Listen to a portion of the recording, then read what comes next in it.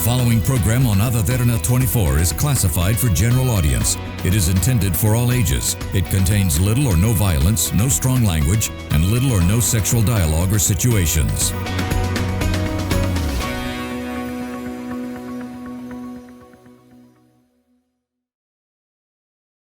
The following program contains opinions of the participants and does not reflect the views and beliefs of the Derana Media Network. The network believes in a safe space for all ideas to be expressed and on its duty to create such a platform for free speech. Viewer discretion is strictly advised.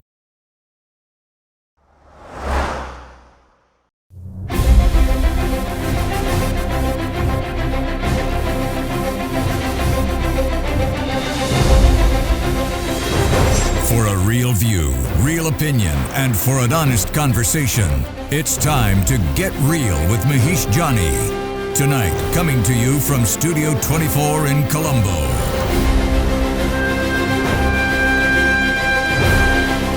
A very good evening, everyone, and welcome to another episode of Get Real, where we talk to notable newsmakers here at home and all around the world, bringing you subject that matters to you. And tonight's conversation is about our economy and exactly how that economy is impacting our businesses. A lot of steps have been taken, not a lot of, actually it is the same kind of steps that has been implemented within the past few years under the IMF program has continued with this new administration as well, despite the fact that the leaders of this government continuously say that no, it's different, this and that, but we see a lot of influence of the IMF being implemented here. What we want to know is whether is it working on the ground? What is it doing to our local businesses? Not the multinational corporations, but the local businesses. What exactly are they feeling? Are they seeing a growth? Are they seeing a positive reaction to this? For tonight's discussion, I've invited a business mogul of our local industry, Mr. Nalin Welgama, founder and executive chairman of the Ideal Group. Welcome to the program and good to see you for the first time. Happy to interview a fellow Thomian. Thank you, Mahieash. Yes, good evening to you. Thank you for having me. So let's start off with the business aspect of things. So the simple question I have is, how's business? Well, actually, Sri Lanka has come out of a very difficult 4 or 5 years, as we know, starting from COVID, and then the bankruptcy and the subsequently how we came out of this dark patch.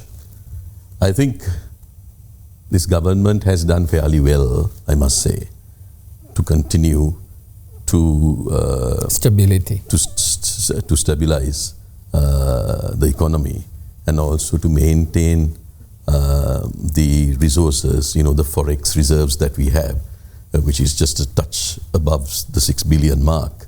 So I think they've done a fairly good job from that perspective, and I think the central bank is ably supporting them, which I think is a good thing. And as you know, in my industry, the suspension that was placed upon motor vehicles was lifted in 2025 after 5 years. And the central bank allocated something like 1.2 billion at that time until December this year. And I'm told that up to now, up to the 3rd of September, there was something like 30,000 LCs that were established with a value of nearly 1.5 billion, surpassing the 1.2 billion already.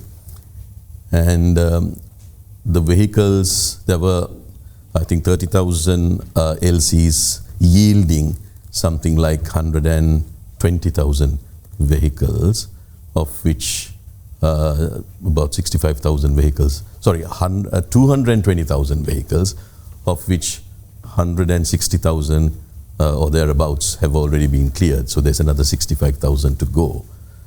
So up to now, they have spent nearly 900 million. But when the other LCs are cleared, it'll bring it up to about 1.5 billion. So, but there's a gap in the LCs and the cars coming through. I want to talk about the vehicle market and with regard to the current, opening of Sri Lanka to bring in vehicles. This was one of the stagnated actions that were taken by, I think, the Gotabaya Rajapaksa government as soon as the whole crisis mode came out into place. And the accusation was we bring so much of vehicles and because of that we have to spend our reserves and whatnot.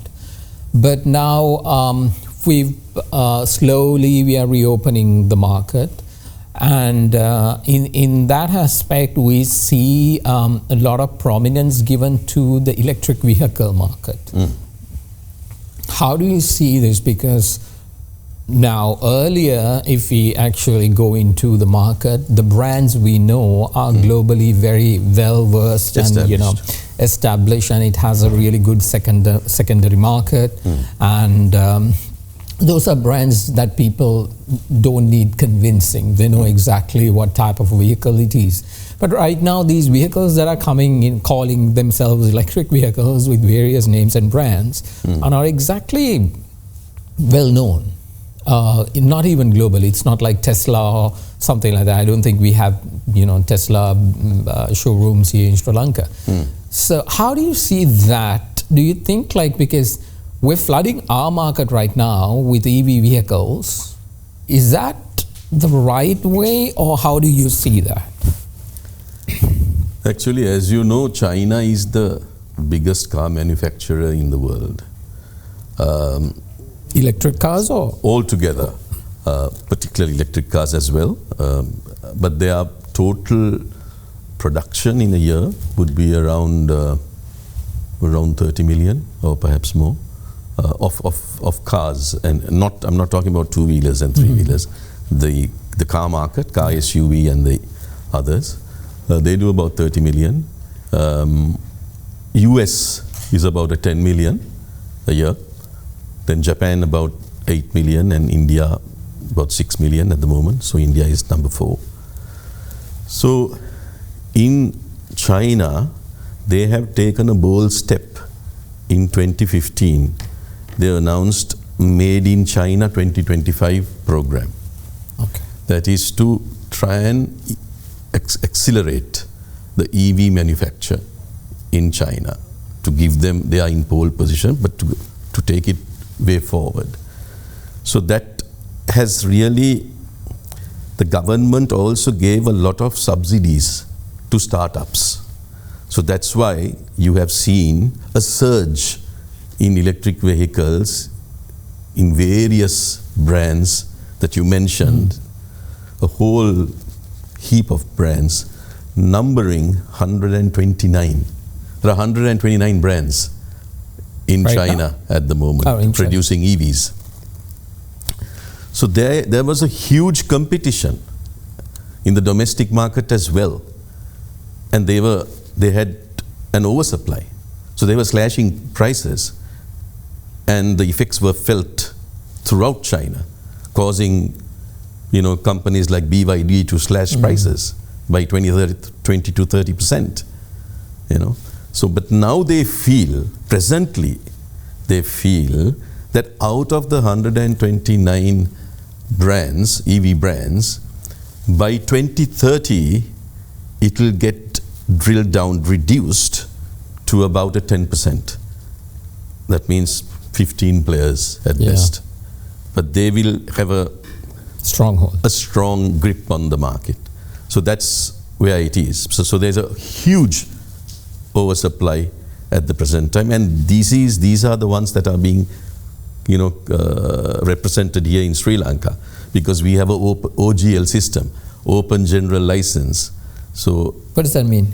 That means anyone, say you own a company and you want to import vehicles, you can go to your bank and open a LC. The government. So you don't have to be. You don't have to have the infrastructure. Okay. The thing is, you have to have an infrastructure. You have to have a proper showroom. You have to engage people. Then there's aftermarket. That's what we are used to. Yeah, that's what we are used to. Yeah. But now it's not happening. So this is the dilemma that we grapple with, because a lot of these people think it's very easy because there are so many cheap vehicles coming in Japan because they're slashing prices.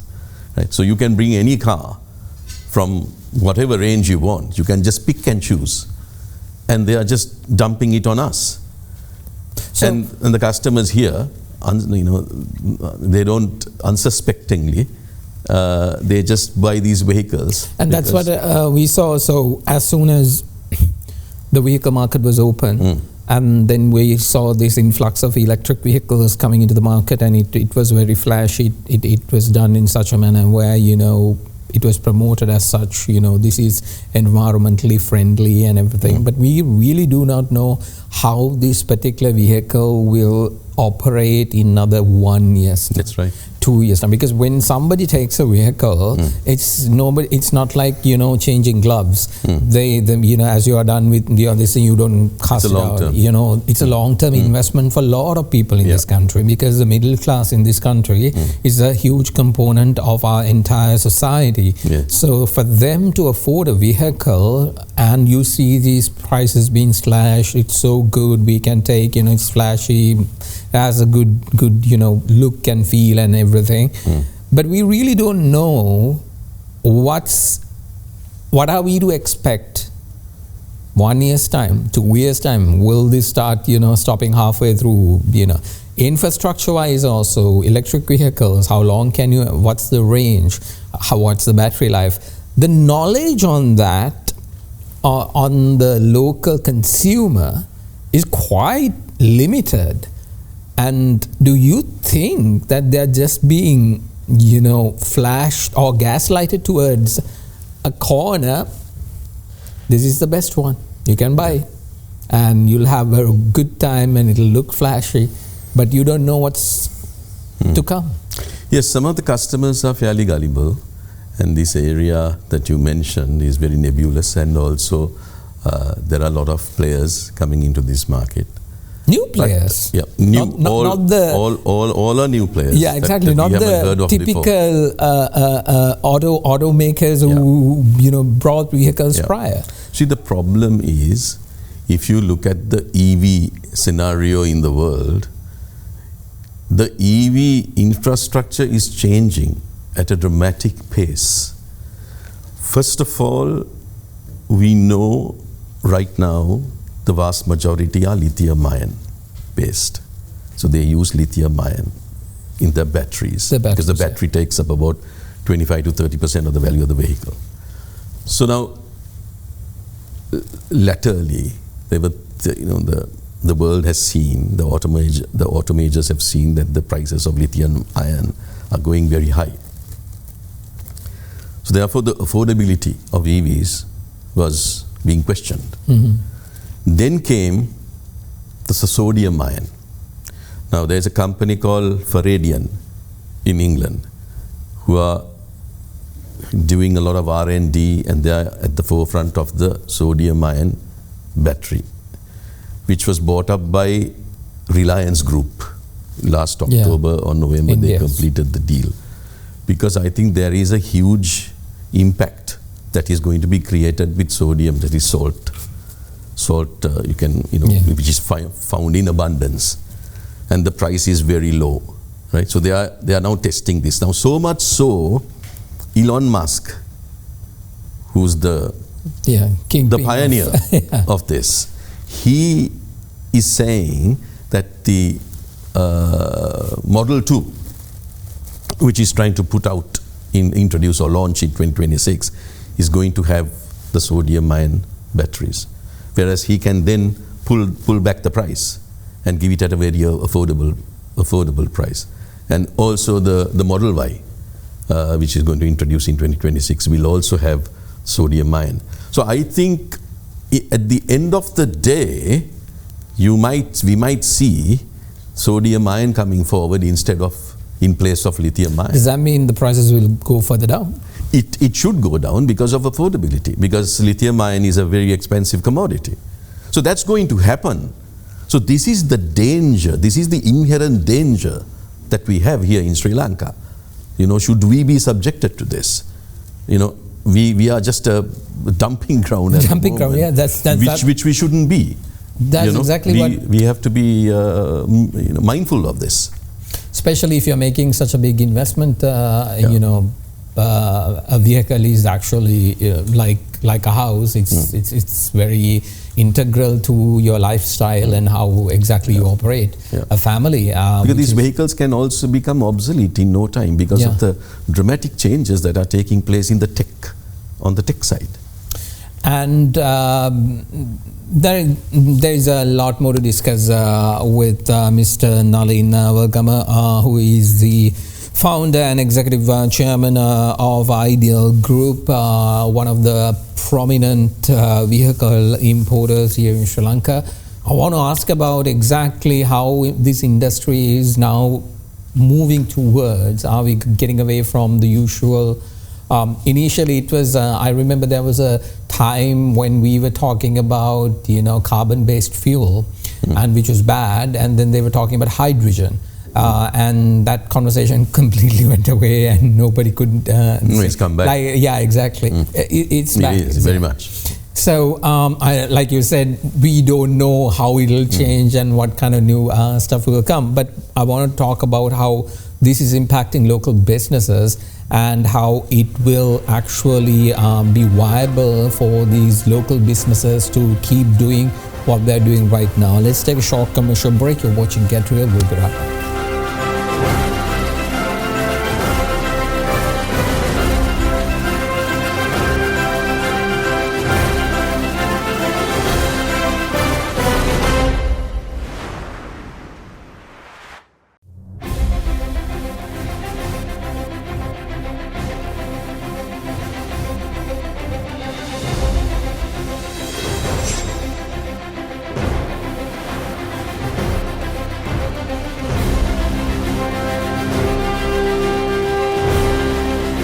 Welcome back, everyone, to Get Real. I'm in conversation with Mr. Nalin Welgama, the founder and executive chairman of Ideal Group, one of the big business companies, local business companies here in Sri Lanka. And we've been talking about the vehicle market and exactly about the electric vehicles that are now being flooded into our current market, and everybody seems to be buying the flashiest vehicle that you can, but then again, you mostly do not know what is to come, how will these vehicles perform. And before I go into the business aspect of things, you brought in an important subject like hydrogen. I was under the impression that conversation has just now flushed out because nobody could make it out. But now you pointed out saying that apparently that's not the case. It's very much in the conversation. So tell us a little bit about that technology. Yeah, hydrogen is a very important aspect in zero emissions, and this was actually pioneered by Toyota, because Toyota didn't go into fully fledged electric vehicles. They were very good on the hybrid side, as you know, but not so much on the full electrics. They were very patient, and they were taking stock of what was happening in the world. And then they came up with the hydrogen cell, which they actually tried out in California. They built a car called the Mirai, and they used some of the fuel stations, gas stations in California, and they converted them to use hydrogen for refueling, and that was very successful. So initially these cars were priced at around $100,000, which is very high, but then over the years it has come down to 20,000 or thereabouts, and they are at the forefront of this hydrogen change. And these are good for long range vehicles. Now if you take the trucks, the intercontinental trucks, this hydrogen is the preferred format. And even Mercedes and even Tesla, they will be coming out with the Tesla H, which is a hydrogen vehicle. There's BMW, Mercedes, all the well-known brands. They have also gone into hydrogen. And you know about JCB, the JCB, the tractors and so on. They have tested the hydrogen fuel, and they are on course now. They are going to they are going to commercialize it. So hydrogen is very much in the equation. So that's why I say we are at the crossroads. Do you think it's going to be more affordable than the electric vehicles which are currently in the market? And it is also China taking the lead on that. And if it is Japan, there's a competition between those nations as well. So do you think hydrogen would be more affordable, or is hydrogen will, I'm not saying it will be more affordable. What I'm saying is at the moment for long range vehicles and for the heavy vehicles, this will be the future. Hydrogen, the cost is not going to be very significant because heavy vehicles are costly anyway. Whereas in the car SUV segment, it'll be between lithium ion, sodium ion, and of course the hybrids. Mr. Welgama, Sri Lanka, despite the fact that we are a small nation, despite the fact that we have the ability and the technology, not the technology per se, but the brain power to put a vehicle, construct a vehicle of our own, a brand here in Sri Lanka. That has never happened. Many have tried, many have failed, but it has never been successful to a point. Why do you think that is? Because it's not the fact that the knowledge is not there. It's not the fact that the willpower is not there. I understand that there is a lot of investment that needs to be done, and that investment has not come because apparently nobody is looking at Sri Lanka as a viable place in order to invest towards constructing vehicles, or either, let's forget about a full vehicle, at least a part of it. We used to have one company that brought in stuff and then assemble, and that I think after COVID kind of took a backseat as well. So why do you think that we have not been able to crack that code on bringing and getting something of our own, because that would be the cheapest for our economy? And that's what India did, that's what Japan did, that's what South Korea did. And look at the nation and where they are in terms of, once they have catered to their market, they went overseas, sold them. All these companies, Hyundai, Toyota, all these companies first started catering to the local market. And like you just said about China. So why haven't we been able to do that? That's a very important question. As you know, Upali Vijayavardhana started assembling the Upali Fiat and the Mazda way back even before the Indians.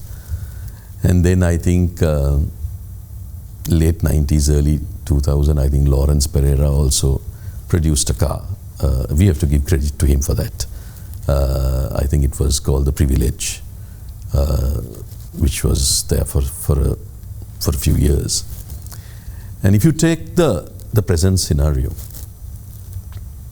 you take Vega, Dr. Harsha Subasinghe, I think he's done a marvelous job, because we've seen a lot of tuk-tuks coming from India. That's the home of the tuk-tuk, if you like. But if you take a look at the Vega that he has created, it's far superior to all those tuk-tuks. In fact, there's air conditioning, and recently I saw some of the embassies. I saw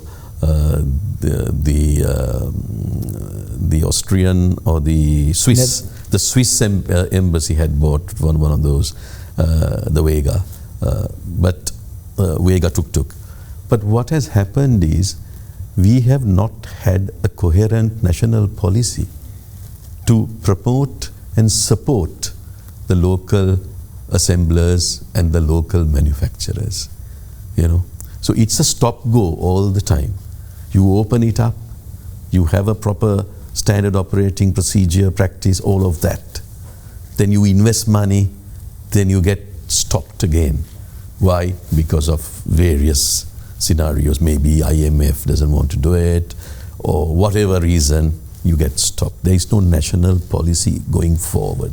So no one can actually invest in such a program, because this is R&D.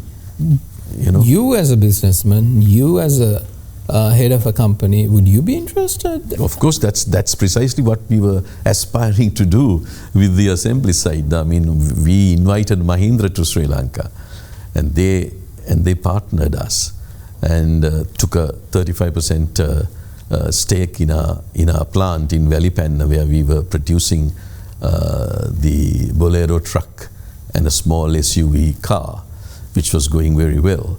But then once the import suspension was lifted, there wasn't sufficient protection for us to go forward. So what I had to do is to go back to Mahindra and say, Mahindra came to Sri Lanka on our invitation in 2018-19, and there was a transfer of technology through the plant.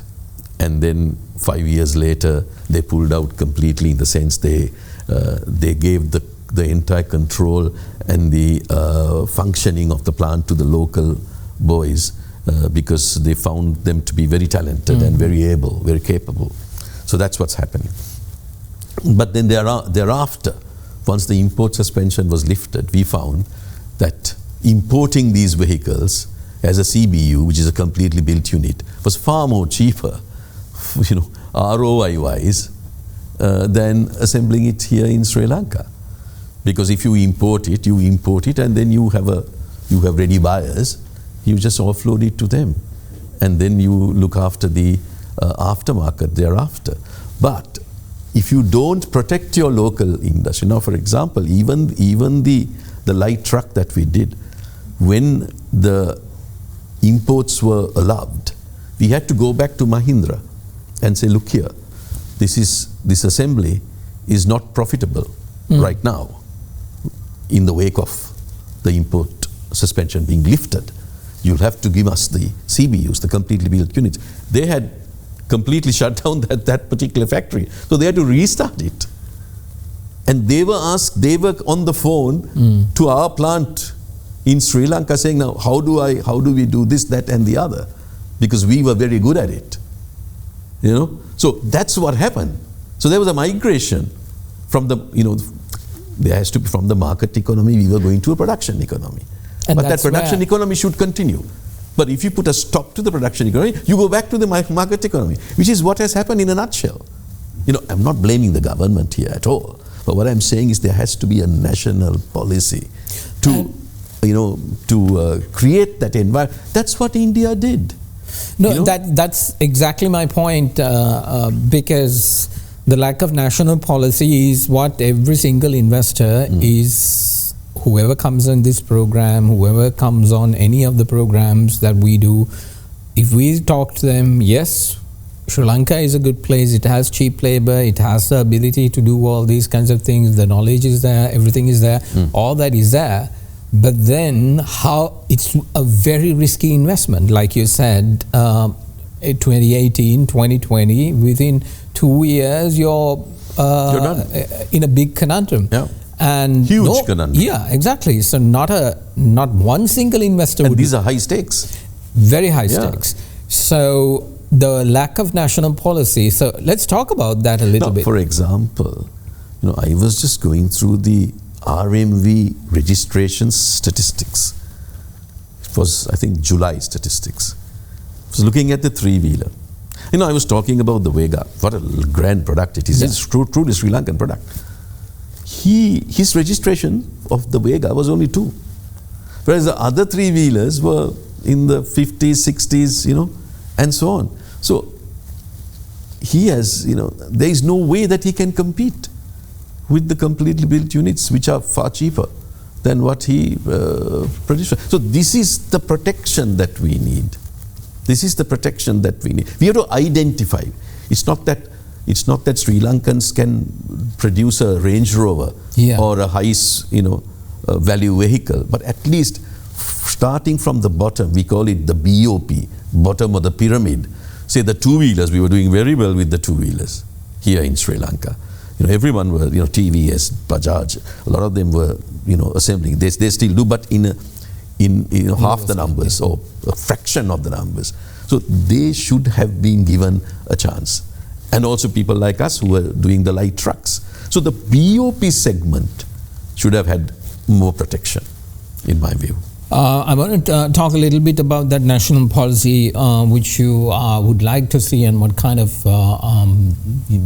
details that has to go into that, and how we can actually cement it to a extended period of time, rather than just by the fact that the government changes, you have a national policy, like how India has, like how South Korea or Japan or any of these developed countries, they do have a national policy, and everybody works towards that despite the government change or the heads of state just changes. I want to talk a little bit more on that, but before that, let's take a short commercial break. I'm in conversation with Mr. Nalin Welgama, who is the founder and executive chairman of Ideal Group. You're watching Get Real. We'll be right back.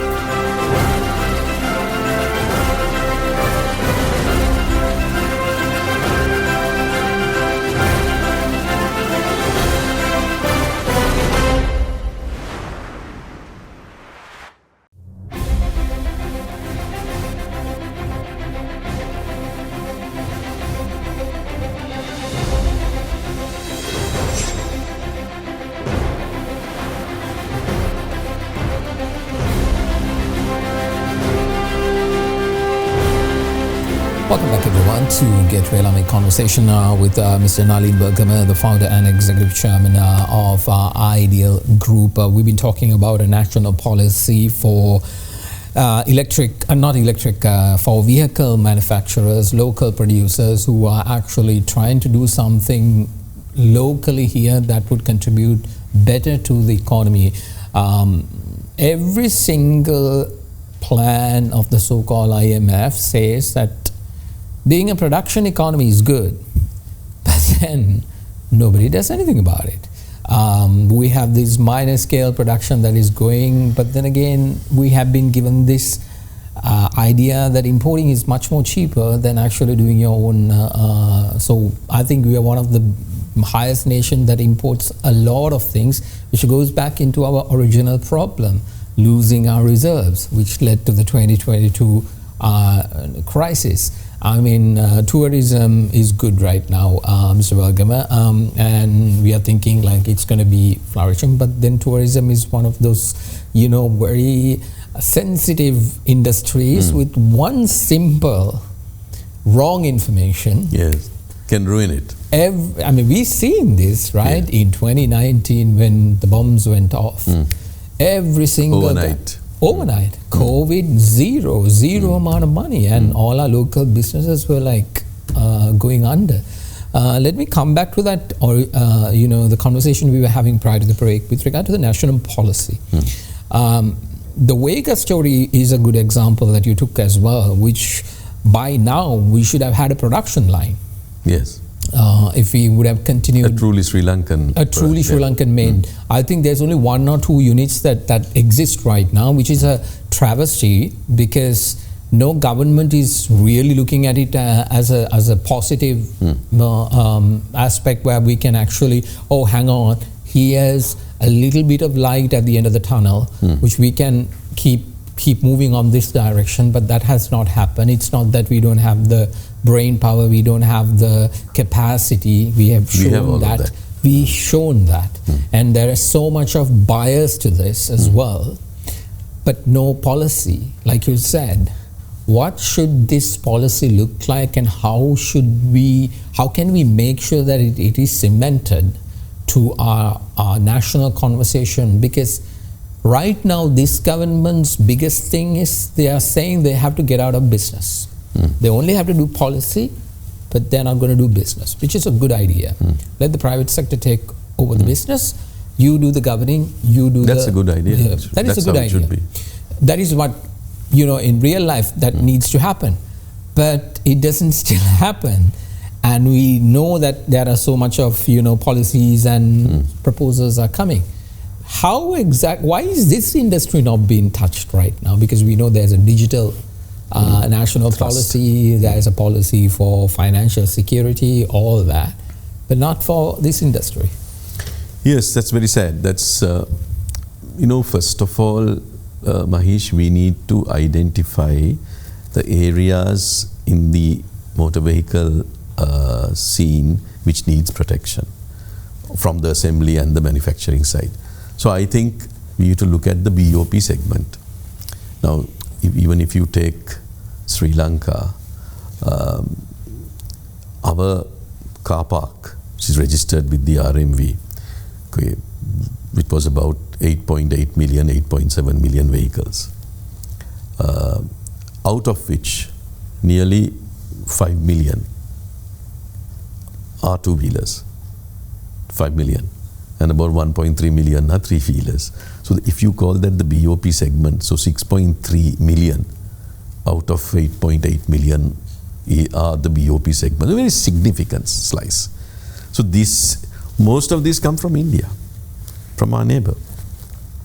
So it was these companies who had set up shop here to assemble Bajaj, TVS, Mahindra, Tata, all these, the big names from India had set up shop, Ashok Leyland, right? But then what happens? You go the distance and suddenly, pop, it stops. That is big, and another reason is because, the finance ministry will say, look, these products are far too expensive when it's done in Sri Lanka. Of course, scale is a consideration. But more importantly, we create an ecosystem here in Sri Lanka. So you have a plant, and then you have the local value added portions which are fed into the plant. Now, these are from approved fabricators in Sri Lanka, be it tires or batteries or exhaust systems or whatever you call it, fuel tanks or whatever. But the problem is the people who manufacture these to feed the plant have to pay duties on the raw materials. So they bring the child parts and the raw materials from overseas because we don't have raw materials here in Sri Lanka. This has to be imported. So these are taxed heavily, and there's VAT and all sorts of things. So when they, and then there is their profit and the administrative establishment costs, etc. So when they give it to us, it's already an expensive item, whereas in India it's only a fraction of that value. So it's far easier to import from Sri Lanka. So this is the conundrum that we face. This is where it has to start. You have to identify the products that you really want to build here in Sri Lanka. So start with the BOP segment. I'm talking about manufacture, not assembly. Manufacture. So start with the two-wheelers and the three-wheelers, which we have been successfully doing. We were well on our way towards, achieving greater manufacturing capability when it stopped. So look at the background and ensure that these can come duty-free, and then it will be far more attractive from a price point of view. Is the government talking to you about this? Well, actually, the Ministry of Industries has been talking to us from time to time, and they've done a great job, I must say. But the Finance Ministry and the others, I have not been, privy to any of those, meetings, or I've not attended any of those. But the Ministry of Industries is doing a yeoman service, I must say. But they are doing it single-handedly without any support from anywhere. And that's where that's where the buck stops, because this has to be done as a team. Yeah, exactly. The customs, the finance, the policy planning, all of them must get together and have a proper consensus and determine, okay, what's our national policy going to be in terms of manufacture, okay, particularly vehicles. If it's the BOP segment, let's identify the the ones that we want to do here, like what I said. 6.3 out of 8.8 are two-wheelers and three. So isn't that a good starting point? It's a good starting point. We can learn from India as well. Like if you look at the Apple story, initially they did not get the whole iPhone 2 produced in India. Yeah. They just started with just simply producing the SIM tray, and after that only they kept on. Apple kept adding. Now they are a threat to the Chinese market. Mahieash, more than that, if you go back, middle to late 80s, India was very they were just struggling with vehicles as well. The old Padminis and the ambassadors, right? Very rudimentary stuff. Then they invite Suzuki of Japan to set up shop in India, 100% owned by them. So they came in late 80s. Then late 90s, Hyundai followed, 100% ownership, even today, right? So the local homegrown auto majors like Tata, Mahindra, they learned from this. So that's what China 35 years, if you take from 1990 to today, 35 years down the line, what is happening today? Mahindra is at the forefront of the EV business with their Born Electrics. Their products are as good as a Tesla, as good as a BYD, perhaps even better, because they have learnt, ground up, and they are giving a real challenge on their home turf to all these top players in the world. They're struggling to sell. Whereas these guys, Tata, they're doing very well in the EV game in India. Mahindra, then MG, of course, of China, they're also there. But at the top end, Mahindra, Tata, the homegrown auto majors have done so well. So that protection has worked, and they are exporting to the rest of the world, including the domestic market plus the rest of the world. That's what has to happen. Do you think we will be able to crack that code anytime soon? Because right now it looks like we've got so used to let's import, eat, and be in debt. That's our story basically for the past 20-30 years. And we went through a crisis, and it doesn't look like we learned any lesson. No, we haven't. And we're still doing the same old thing which we did prior to the whole crisis. Do you think that we can change this? Because vehicle market is a big market in Sri Lanka, and right now it's just, just driving from my place to work, the EV shops that I pass across, they're just mushrooming everywhere. Everywhere, just like they're just mushrooming everywhere. Yeah, and very irresponsible. That is what I fear, because it looks like most of these brands are not known, and on top of it, it looks like all these big companies who are actually manufacturing it in those countries are dumping it on us just to test it and see how exactly will this vehicle function. So we are like a dumping ground or like a test lab rat, where all this vehicle comes in and we are just utilizing it. We have with no knowledge, no predetermination of how long can we push this. And on top of it, like when you take the electric vehicle market, I'm not qualified in this, but then again this question keeps popping up. No, we don't have to be experts in the business. You can. No, what I'm trying to ask, the question that I'm trying to ask is, in 2022, the biggest crisis we had prior to the economic crisis was the power outage. That's right. Because of the consumption of, exactly. Will add to the pressure on the grid. That's exactly right. So I don't understand. There is a mismatch. The massive mismatch. Yeah, absolutely. Because right now... That's why the infrastructure has to be put in place. And on top of it, like if you take a electric vehicle, how far can you go? And when you go, let's say, to the place that you want to go, or are you dictated by the charging spots that are there, that this is the only place you can go? So you don't have the freedom of movement either. So those questions are still there, and nobody is taking the time to explain it. And everyone is charging at home because our geographic areas are pretty small. So it's the first mile, last mile business. Two-wheeler, three-wheeler, whatever.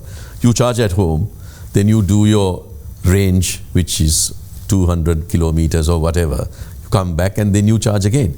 So what does it do? It adds to the pressure on the grid, which again burns oil. Because right now I saw the electricity board is now trying to propose for another hike of 6.8%. Yes, correct. Asking the PUCSL whether and the public, why not? Let's increase the prices. No, people can't even handle the current amount. That's the problem. This conversation is massive mismatch, and why I don't know why it has not been addressed, and why is this being done in such an irresponsible manner? The grid has to be addressed first to take in the renewables, the renewable side, because otherwise, as you know, it trips every so often. You know, we've been through it before. So that has to be fixed first, you know, and then you have to encourage renewables, because we are a party to the Paris Climate Accord of 2015 and so on. So, and that's where we want to be, you see. So and also, coming back to your earlier question, there was this motor show in Munich which ended a couple of days ago, and BYD was represented there. And this Miss Lee from BYD, she also mentioned that there are about 129 brands in China, and out of this, she said that only about 12 or 15 are going to survive come 2030. So what are we doing? Here we have become a dumping ground for all these brands to come here.